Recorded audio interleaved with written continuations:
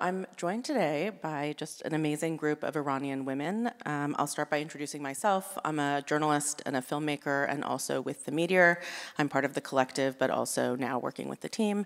I'm thrilled to be on stage with this group of women. Azadeh Movani is a journalist and academic who has covered the Middle East for 2 decades. She has written too many books for me to mention, but I will mention Lipstick Jihad, which she wrote about her time covering the reform movement in Iran. Ariana Afshar is a political content creator and influencer who you can find on TikTok and Twitch as the Progressive Brat. She is a top 1% Twitch streamer, which she'll have to explain to me later what that really means. And she is also the Iran voice for Gen Z for Change and was this week featured in a profile in the Washington Post. Neda Semnani is an Emmy Award-winning journalist and also the author of the recent book, They Said They Wanted Revolution, which was about her family's experience with the revolution in Iran, and also a close friend. So thank you all for being here. I just want to acknowledge how special it is. It's very rare that you would have 4 Iranian women on stage together, and especially in this moment, I think sharing this space with you is really meaningful for me. So thank you for being here. Thank you for having me. Thank you.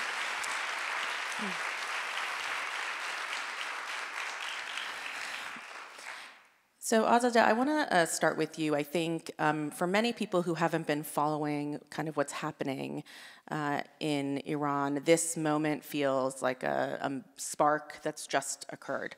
But this is sort of the culmination of a lot of things that have been happening in Iran in the last few years, coming off of COVID. Can you talk a little bit about that and how Mahsa is sort of the final spark, but not the first one?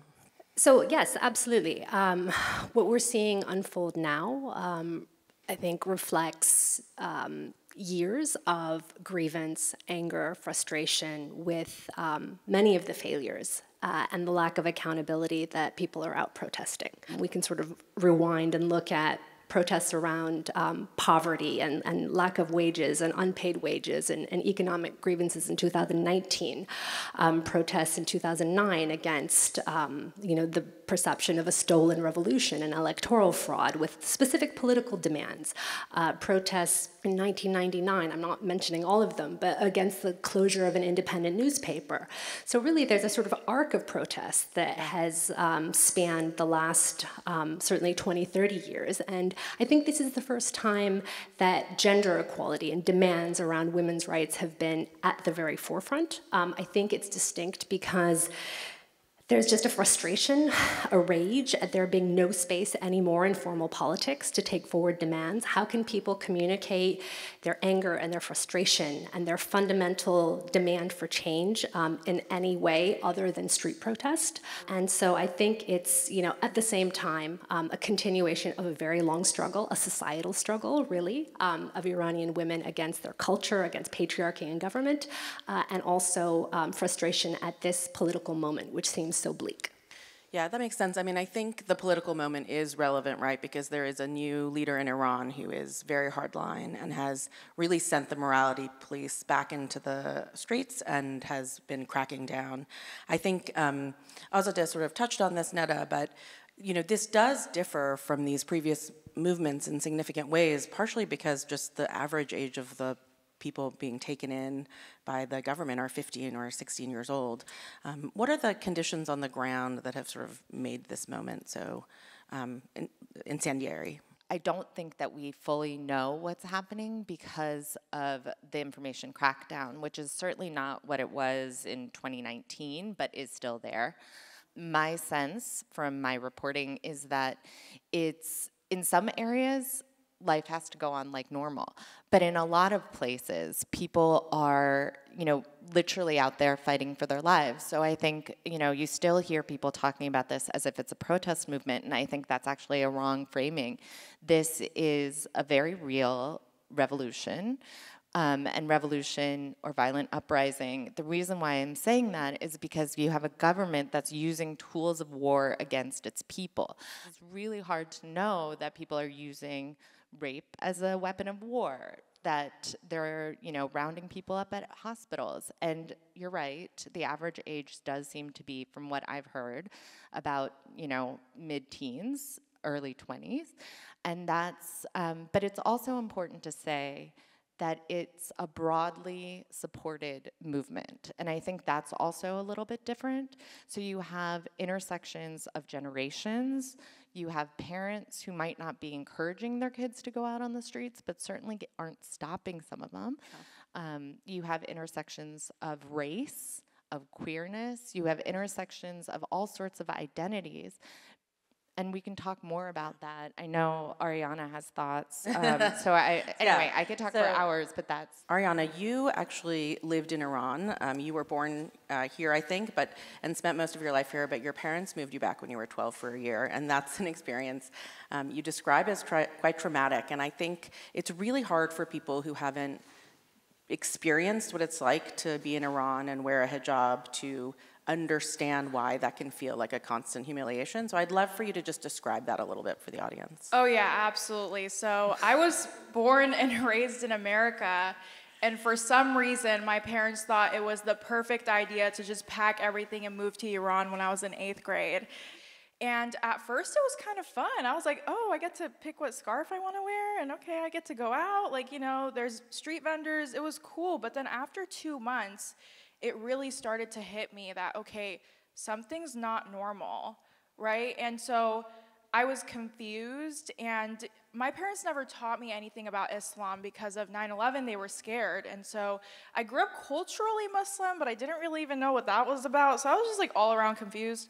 And so I was living there, and living in Iran as a woman is like playing Russian roulette. You can live in Iran for a year and nothing will happen. No one will bother you, but all it takes is that one time of you getting stopped, and then what happens after that is also Russian roulette. Some people get, arrested and they receive a citation. Some other people get arrested and they get raped. It's very common. And so my friend Sarah and I, she came from Canada that year, and we were going out to the shopping mall. And, I told Sarah, I was like, Sarah, I feel like our hair is kind of out a little bit. Like, are you sure we're going to be good? And Sarah was like, oh, who cares? Like, they're not going to do anything. And so we left, and as we were walking up the shopping mall, sure enough, 2 people walked up to us, and they were like, get in the van. And so we looked, and it was just an unmarked van. And I was like, Sarah just turned pale. Sarah just, incapacitated completely. I was like, okay, if there's anybody that's gonna save us from this situation, it's me, because Sarah's just, she's scared. And there were a lot of rumors that, they would take young women like us, young girls, and they would do temporary marriage. It's called sighe in Iran. They would do a temporary marriage, and then they would say, okay, under the guise of Islam, I can rape you for an hour. And, how do you fight that? How do you fight that on a judicial level or anything? Anyways, I got us out of it because I acted like we were American. I acted like I wasn't understanding Farsi at all. I was like, what? And she was trying to speak to me in Farsi. They let us go. I came back to America. I was diagnosed with post-traumatic stress disorder. I was suicidal when I was in 9th grade. And so I ended up going to therapy for almost a decade just to be able to survive living back in America and assimilating again. But, it's very traumatic, it's very scary, and every single time you walk out the door, you don't know what's gonna happen. You're constantly in fight or flight. Yeah. I think part of the indignation and the anger that we see on the streets as part of those protests is that society has really moved on and is very post-religious. So you have a society where, and just some cultural grounding for everyone, where women are overwhelmingly educated, literacy is like 98%, women are on bestseller lists of books, they direct films, they are despite all of the restrictions and the challenges that they're up against, they are a vital part of public life. They are politically sophisticated, and they push against these restrictions. So the Iran of today and a year ago and 2 years ago isn't the same as 5 years ago and 10 years ago and 20 years ago. And I think that's part of the rage, is because the generation, Gen Z, that Ariana writes about, has grown up with a different context and a set of restrictions. So they didn't go through what perhaps we've gone through. They came up at a time when things were much more relaxed. And they also see that policing around morality and clothing is very class-based and selective. And I think knowing about selective policing is something that in an American context people understand well. So if you're privileged and wealthy and you live in enclaves that are protected, that doesn't happen to you. And so it's young women like Mahsa Amini who are middle-class women, working-class women who can get picked up in metro stations. And I think that kind of two types of citizenship is what drives a lot of this anger. I think one thing I just wanted to talk to you about a little bit, Ariana, is, one thing we discussed is you're not an Iranian content creator. You do progressive politics, and you just have happened to start talking about Iran in these last few months, but that was really scary for you because your dad is in Iran right now. And I think it's really hard for people to understand how much covering Iran can put our families in danger. So I wanted you to just touch on that. Oh yeah, absolutely. I mean, I have been doing political, content creation for almost 8 months, and when Mahsa Amini's hashtag went viral, I was like, okay, I have to make a decision, and I have to make it quick, because there was a timeline where, it was either she was going to go viral or she wasn't. And so I knew that I had the platform to make her hashtag go viral on TikTok, but my dad's also in Iran, and I don't want him to, get murked or something. So I was like, okay, I need to figure this out. And I cried a lot. It was really emotional. But at the end of the day, I was like, listen, I could have been Mahsa. Like, I was arrested by the morality police. That could have very much well been me if my parents had decided to stay in Iran. And so, I took my platform and I ran with the hashtag. I ran with it. My TikTok has accumulated over 15 million views with with my playlist of Mahsa Amini alone. Looking back on it, I don't regret it. I mean, I will never be able to see my family again, but if that's the sacrifice that I have to make in order to make my brothers and sisters' voice be known, then so be it.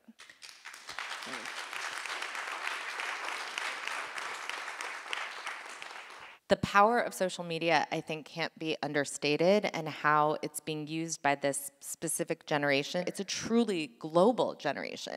And I think that they feel that connection, and they see it. They see what the world is like, and they see what other parts of the country is like, too. And I think those can't be understated.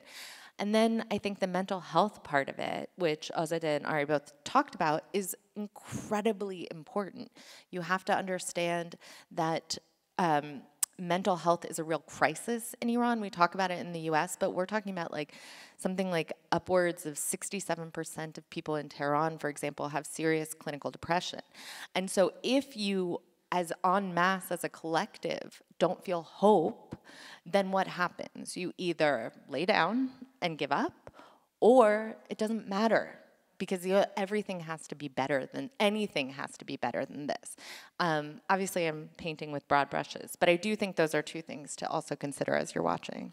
Yeah, I mean, I think one thing that's really clear is that the sort of impoverished populace, where eggs are a luxury and people can't find jobs, and there's just a brutality in everyday life that I think is hard to see from the outside. 2 years of COVID, which really strained the country.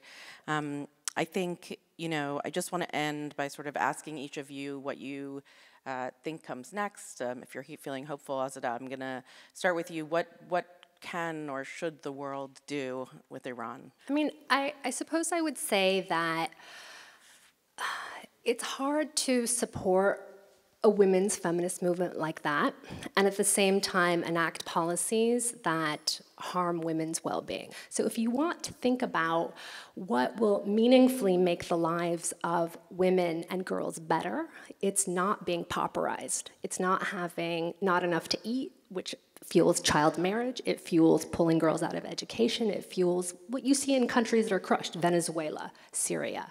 So that's it. Educate yourselves about what policies in the end actually make a difference and enable women to seek change. Yeah.